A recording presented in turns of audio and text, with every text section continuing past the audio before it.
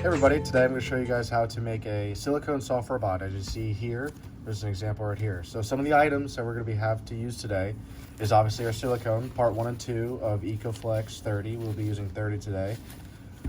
Your mold for the robot, this was something made from Fusion 360, and there's another video that shows how I do this. A stirring instrument, usually metal or like a plastic knife works.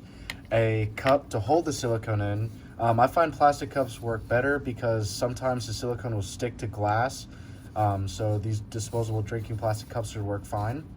You also need some Vaseline, a paintbrush, something to measure your weight in, so this is just a scale, measures in grams, and then a vacuum seal chamber right here, a vacuum pump, and then sometimes a heating pad. This is not a must, but sometimes you might need that. So the first step in making a silicone soft robot is actually pouring out the silicone and activating the chemical reaction between part 1 and part 2. Part 1 is here in yellow and part 2 is in blue. Now the ratio between the two is exactly 1:1, so it means you put the same exact amount in the plastic cup. So I have my scale here, as you see here, and it's all tarred, it's ready to go. So I will be doing a total of 10 grams of silicone because I believe that's enough to fill up this mold. And that is something you'll start to get to know how to do, is guess the amount of weight for the actual individual soft robot. But I'll be doing 10 grams for this one. So as you see here, I'll pour in. I'll do 5 grams in total of the yellow. Let's see if we can get to 5. Okay, 5.7 something. Okay, we went over a little bit. So, okay, so 5.7, 5.8. Okay, 5.82. Now, it's okay if you go over. Just make sure that you match exactly with part 2, the exact same amount. Roughly, give or take a part of a gram. So 5.82, so I'll tar that and go back up to 5.82.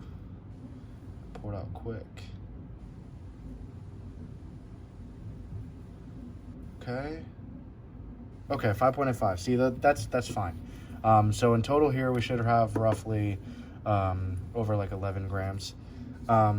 So here's the silicone, and it is in the plastic cup. Now what I'll be doing is I'll actually be taking my stirring instrument and beginning to stir this. Now you're going to want to stir this for a good amount. It varies depending on the amount of silicone inside the cup. I'll be roughly stirring this for about 2 minutes straight, just because you really want to get the part 1 and part 2 to bind and to actually begin the chemical reaction so it can begin to harden. And I'll go ahead and stop the video now, and you can go to the next part. Okay, so now I'm done mixing. Now if you look inside of here, you see it's all mixed together, but you also see some of these bubbles. It's kind of hard to see with the camera, but there's bubbles sometimes in the bottom after you mix it.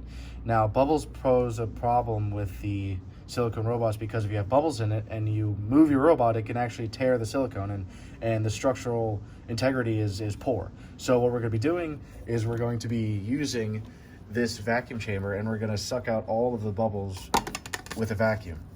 So make sure you open the lid. Now I like to put paper towels on the bottom of it just to make sure it doesn't spill and ruin the aluminum. I mean, it won't ruin the aluminum, but it's just avoiding a mess. So put it down here in the middle. Now when you close the chamber, you want to make sure that you have no opening slots on the side. So you close it and you make sure you feel all the way around that there's no gaps, nothing to have air leak out. So now with this chamber, it varies per chamber, but usually we want to go to, I'm looking at in mercury, I usually go to about -20. That's the point where I feel like the bubbles will evaporate out. You want to stick around that point. Now, there's a key thing that when you release the air pressure, you release it slowly. Well, we'll get there. So I'll close this and open the tube, turn on the vacuum pump, and you'll see that the pressure will change. Okay, meaning that in here it's sucking all the air out. So that's a good thing. So all the bubbles rise at the top and pop outside of the cup.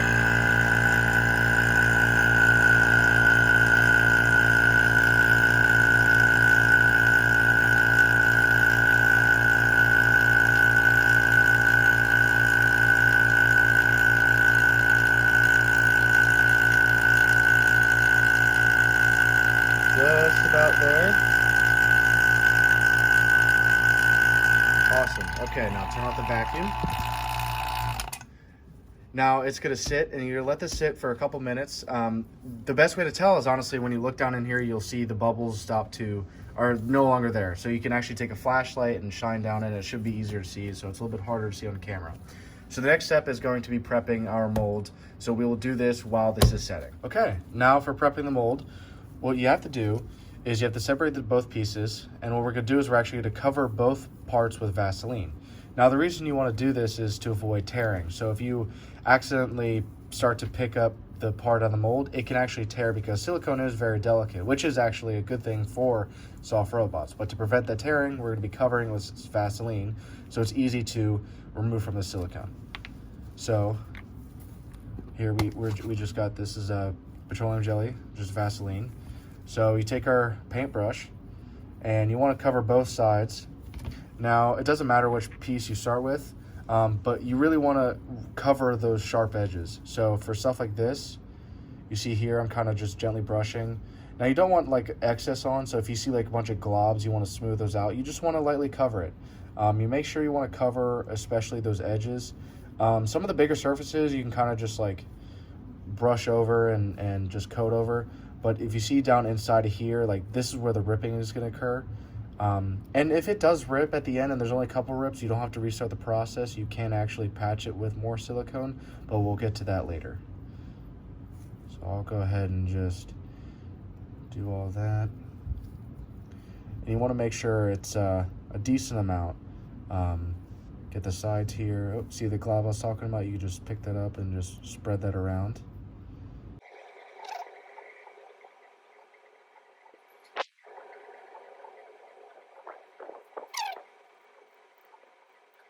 Now, one thing about using molds, if you use them over and over again, because a lot of times when you're making soft robots, you will probably make more than one in case they break, they rip excessively, or you know, you just want to make a couple of them just because you might want to have an army of it.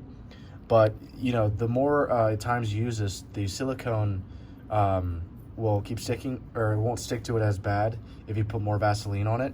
And the more you use, more Vaseline you use on it, it'll actually stay there over time, and it really won't disappear.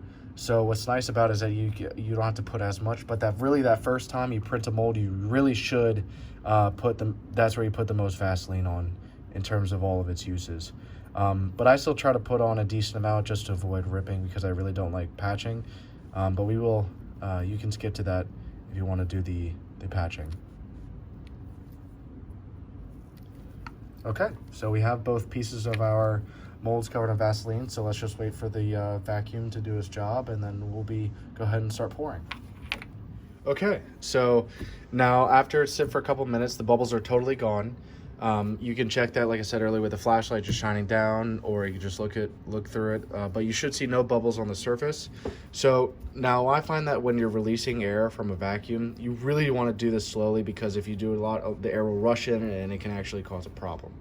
So I just lightly open the valve and it just escapes to this area here, and it just decreases slowly, just enough to get the air out, but not too quick.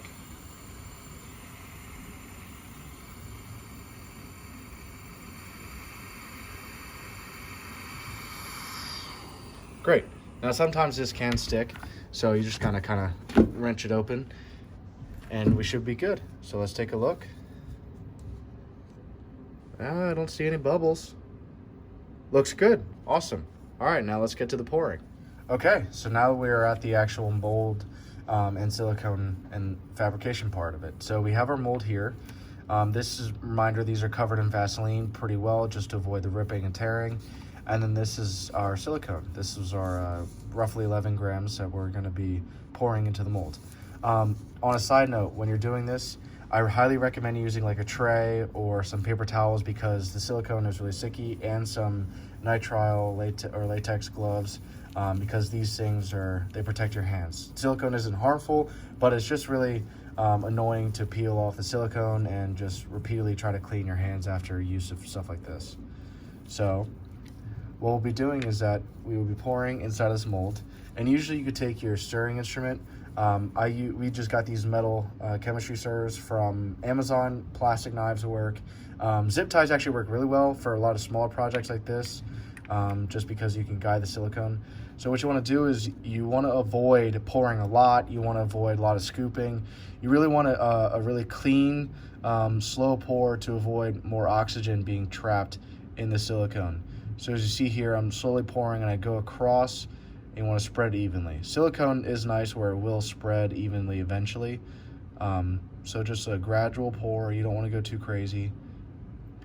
Now, if you have a mold like this where you are pushing something into the silicone and you don't want to put the silicone all the way to the very top because it will overflow.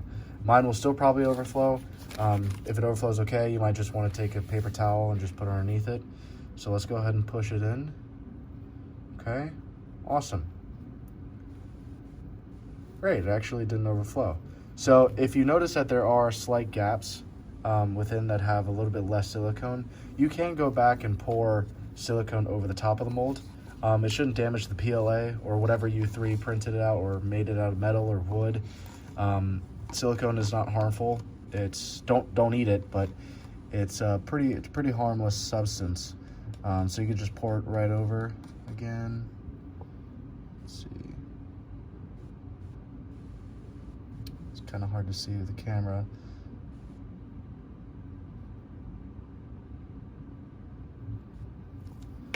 So as you can kind of see, the silicone starting to overflow, and that's okay because we can actually remove the excess silicone with a pair of medical scissors or a razor blade. So now that this is setting, we are actually done. So the silicone now will set after roughly 12 hours. It'll set, and then 24 hours is kind of like the permanent set. You can speed it up with a heating process, but usually you want to do that if you have like a flat substance like this here. This is actually another silicone part of the robot. So if you have something like this, you can put it on like a heating plate and it will cure a little bit faster. But for more intricate designs, you want to let it set naturally. But we're all done.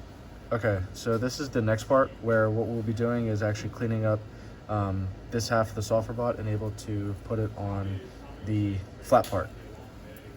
So usually I like to use these kinds of scissors. You can buy them on Amazon because they're sharp and they're small and they're easy to maneuver the silicone. So you see I'm kind of like snipping off the excess silicone.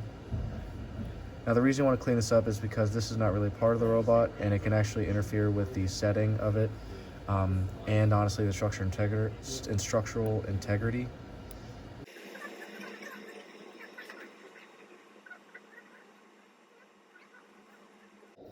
So you can already see that a lot of the excess silicone is starting to be removed. Now it's okay if you have a little bit inside, but you really want to focus on this outer areas around here, and then honestly trying to make this flat area as close as possible to all your surrounding pillars.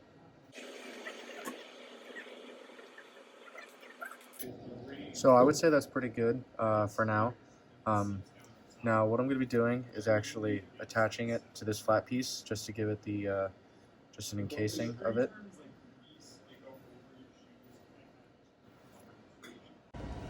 Okay, so this is the actual assembly of these two components together. So the first thing I like to do, like last time, is take in a little bit of alcohol and a wipe to actually clean off the oil or the dust all around it, just to seal the connection. So you can just kind of lightly brush it over, like so. Okay, so the next part is actually applying the silicone to both this component and this component. Depending on your structure, you could do it either way. But what I like to do is like apply a thin surface around the base of it, just so I know where I'm attaching it. And in case like I move it around, I can kind of use that silicone that I previously applied here to help seal it. The next part is actually applying to each individual pillar. So you see here, I'm kind of brushing on the connecting points, like so. And honestly, just a little bit would do. Enough just to cover it. You don't want to put too much on it to make like a giant blob. I usually put it on all the connecting parts though, just kind of all the way around like so. And then now when you're placing it, you want to do it quickly, but also apply some pressure so it could set just like that. And now when I'm making a base, I like to have an extra, I don't like the exact dimensions, so I like to have a little bit of room around because I can apply like an outside sealing layer. So I take a little bit of this silicone and kind of go along the edges just to kind of outline the portion of the silicone robot, especially if you're using like something like air actuation. You don't want anything leaking out. So I would gently just go around the edges just to give it that more of a seal. And there you go. Thank you for watching.